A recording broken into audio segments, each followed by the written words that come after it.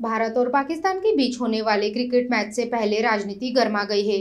अकोला के बालापुर से शिवसेना ठाकरे गुट के विधायक नितिन देशमुख ने विवादित बयान देते हुए कहा कि इस मैच में खेलने वाले भारतीय खिलाड़ियों पर जनता कालिक पोतेगी।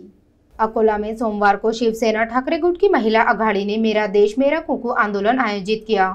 यह कार्यक्रम शहर के नए बस स्थानक परिसर स्थित मदनलाल धिंगरा चौक पर हुआ। आंदोलन के दौरान कार्यकर्ताओं ने प्रधानमंत्री नरेंद्र मोदी और गृह मंत्री अमित शाह को प्रतीकात्मक रूप से कुको और चूड़ियों की भेंट भेजी। आंदोलन के दौरान केंद्र सरकार के खिलाफ जोरदार नारेबाजी की गई। इसी मौके पर शिवसेना ठाकरे गुट के विधायक नितिन देशमुख ने मीडिया से बातचीत करते हुए विवादित बयान दिया।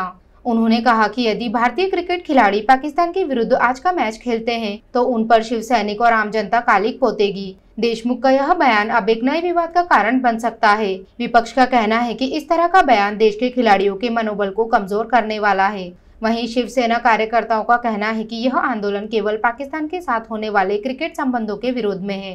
कार्यक्रम का नेतृत्व अकोला की जिला महिला संगठिका सरिता वाकोडे ने किया। उन्होंने कहा कि यह विरोध आंदोलन सरकार की कथित दोहरी नीति के खिलाफ है।